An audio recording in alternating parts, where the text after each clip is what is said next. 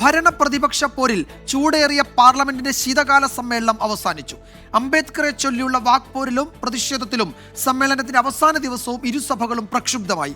ഇന്ന് വിജയ് ചൌക്കിൽ നിന്ന് പ്രതിഷേധ പ്രകടനവുമായാണ് പ്രതിപക്ഷം പാർലമെന്റിലെത്തിയത്. ഗാന്ധി പ്രതിമയ്ക്ക് മുന്നിൽ BJPയും പ്രതിഷേധിച്ചു.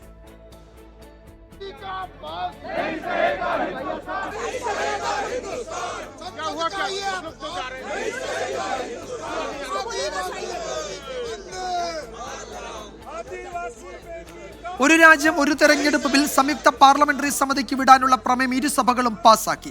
ഏതാനും മിനിറ്റുകൾ മാത്രം സമ്മേളിച്ച ലോക്സഭയും രാജ്യസഭയും അനിശ്ചിതകാലത്തേക്ക് പിരിഞ്ഞു. ബൽറാം നെടുങ്ങാടി ഡൽഹിയിൽ നിന്ന് വിവരങ്ങൾ നൽകും. ബൽറാം, അങ്ങനെ ശീതകാല സമ്മേളനത്തിന് അങ്ങേ വലിയ നാടകീയ സംഭവവികാസങ്ങൾക്ക് സാക്ഷ്യം വഹിച്ച ഒരു സമ്മേളന കാലയളവാണ്.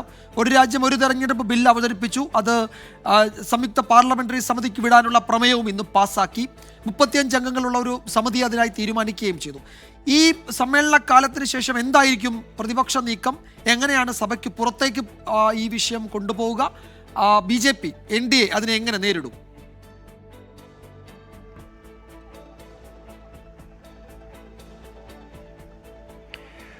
വിജയകുമാർ, പാർലമെന്റിന്റെ ചരിത്രപരമായ ഒരു ശീതകാല സമ്മേളനമാണ് ഇന്ന് സമാപിച്ചത്. 20 ദിവസം നീണ്ടുനിന്ന സമ്മേളനത്തിന്റെ 4 ദിവസം ഒഴികെ ബാക്കിയുള്ള ദിവസങ്ങൾ പൂർണ്ണമായും തന്നെ പ്രതിഷേധത്തിൽ മുങ്ങിയതായിരുന്നു എന്നുള്ളതാണ് ശ്രദ്ധേയം. ഒപ്പം തന്നെ വിജയകുമാർ സൂചിപ്പിച്ചതുപോലെ ചരിത്രപരമായ ഒരു രാജ്യം ഒരു തെരഞ്ഞെടുപ്പ് ബില്ല് പാർലമെന്റിൽ അവതരിപ്പിച്ചു. ആ ഘട്ടത്തിൽ നടന്ന ചർച്ചകൾ, വോട്ടെടുപ്പ് അടക്കമുള്ളവ ചരിത്രത്തിൽ ഇടം പിടിക്കുന്നതാണ്. ഒപ്പം തന്നെ ഏറ്റവും അവസാന ദിവസങ്ങളിലുണ്ടായ പ്രതിഷേധങ്ങൾ, കയ്യാങ്കളി എന്നിവയാണ് പാർലമെന്റിന്റെ ചരിത്രത്തിൽ ആദ്യമായി തന്നെ അത്തരത്തിലുള്ള മുഖാമുഖം പ്രതിഷേധിക്കുന്നതിനും അംഗങ്ങൾ തമ്മിൽ കയ്യാങ്കളിയിലേക്കും കാര്യങ്ങൾ ചെന്നെത്തിച്ചതും ഈ ശീതകാല സമ്മേളനത്തിലാണ്. ഇതുമായി ബന്ധപ്പെട്ടുള്ള തുടർച്ചയാണ് ഇന്ന് പാർലമെന്റിനും പരിസരത്തും കണ്ടത്. വിജയ് ചൌക്കിൽ ഇന്ന് പ്രതിപക്ഷ പാർട്ടികൾ, ഇന്ത്യ സഖ്യം ഒത്തുകൂടി പ്രതിഷേധിച്ച് മാർച്ച് ചെയ്താണ് പാർലമെന്റിലേക്ക് നീങ്ങിയത്. ഭരണപക്ഷം പാർലമെന്റ് വളപ്പിനകത്ത് ഗാന്ധി പ്രതിമയ്ക്ക് മുന്നിലും ഇന്ന് മുദ്രാവാക്യങ്ങൾ മുഴക്കി.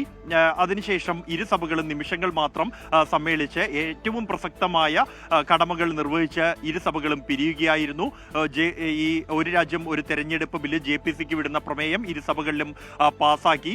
നേരത്തെ നിശ്ചയിച്ച അംഗസംഖ്യയിൽ നിന്നും വർധനവുണ്ടായിരിക്കുന്നു. 8 അംഗങ്ങൾ കൂടി കൂടുതലായി ഉൾപ്പെടുത്തിക്കൊണ്ട് 39 അംഗ JPC ആയിരിക്കും ഈ ഒരു രാജ്യം ഒരു തെരഞ്ഞെടുപ്പ് ബില്ല് പരിഗണിക്കുക. ഇനി ഈ പ്രതിഷേധങ്ങൾ സഭയ്ക്ക് പുറത്തേക്ക് എത്തിയിരിക്കുകയാണ്.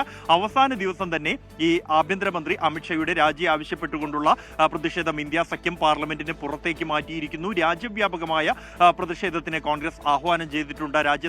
സംസ്ഥാന തലസ്ഥാനങ്ങളിലും ഒപ്പം തന്നെ ജില്ലാ കേന്ദ്രങ്ങളിലും പ്രതിഷേധങ്ങൾ ഇന്ന് സംഘടിപ്പിക്കുന്നുണ്ട്. ഈ പ്രതിഷേധവുമായി മുന്നോട്ട് കൊണ്ടുപോവുക, തെരുവുകളിലേക്ക് പ്രതിഷേധം എത്തിക്കുക, അംബേദ്കറിനെതിരായി ആഭ്യന്തരമന്ത്രി പറഞ്ഞ വാക്കുകൾ അത് പരമാവധി ജനങ്ങളിലേക്ക് എത്തിക്കുക എന്നുള്ളതാണ് ഇന്ത്യ സഖ്യം ലക്ഷ്യം വെക്കുന്നത്. എന്നാൽ ഇതിന് എതിരായ പ്രചരണമാണ് BJP ആസൂത്രണം ചെയ്യുന്നത്. സഭയ്ക്കകത്തും പുറത്തും ഈ പ്രചരണം, പുതിയ ഒരു പ്രചരണ രീതി തന്നെ BJP ആസൂത്രണം ചെയ്യും. പ്രത്യേകിച്ച് രാഹുൽ ഗാന്ധിയുടെ പെരുമാറ്റം, കഴിഞ്ഞ ദിവസം സഭയിൽ കവാടത്തിലുണ്ടായ അനിഷ്ട സംഭവങ്ങൾ അടക്കമുള്ള കാര്യങ്ങൾ BJP പ്രചരണമാക്കാൻ ഉദ്ദേശിക്കുന്നുണ്ട്. കൂടാതെ കോൺഗ്രസ് ഭരിച്ച സർക്കാരുകളുടെ കാലത്ത് BR അംബേദ്കറിന് എതിരായി സ്വീകരിച്ച നടപടികൾ, നെഹ്റുവുമായുണ്ടായിരുന്ന അഭിപ്രായ ഭിന്നത, അംബേദ്കറിന് ഭാരതരത്നം നൽകാതിരുന്നത് അടക്കമുള്ള വിഷയങ്ങൾ സജീവ പ്രചരണമാക്കാനാണ് BJP തീരുമാനിച്ചിരിക്കുന്നത്. ഇന്ന് വൈകിട്ട് 5 മണിക്ക് മന്ത്രിസഭ യോഗം ചേരുന്നുണ്ട്. ഈ വിഷയങ്ങൾ ഉൾപ്പെടെയുള്ള കാര്യങ്ങൾ, ഈ കൂടിയാലോചനകൾ ഈ യോഗത്തിൽ ഉണ്ടാകുമെന്നാണ് നിലവിൽ അറിയാൻ കഴിയുന്നത്. വിജയകുമാർ. അനി, സഭയ്ക്ക് പുറത്താണ് ഈ വിഷയങ്ങൾ അവതരിപ്പിക്കാൻ പോകുന്നത്.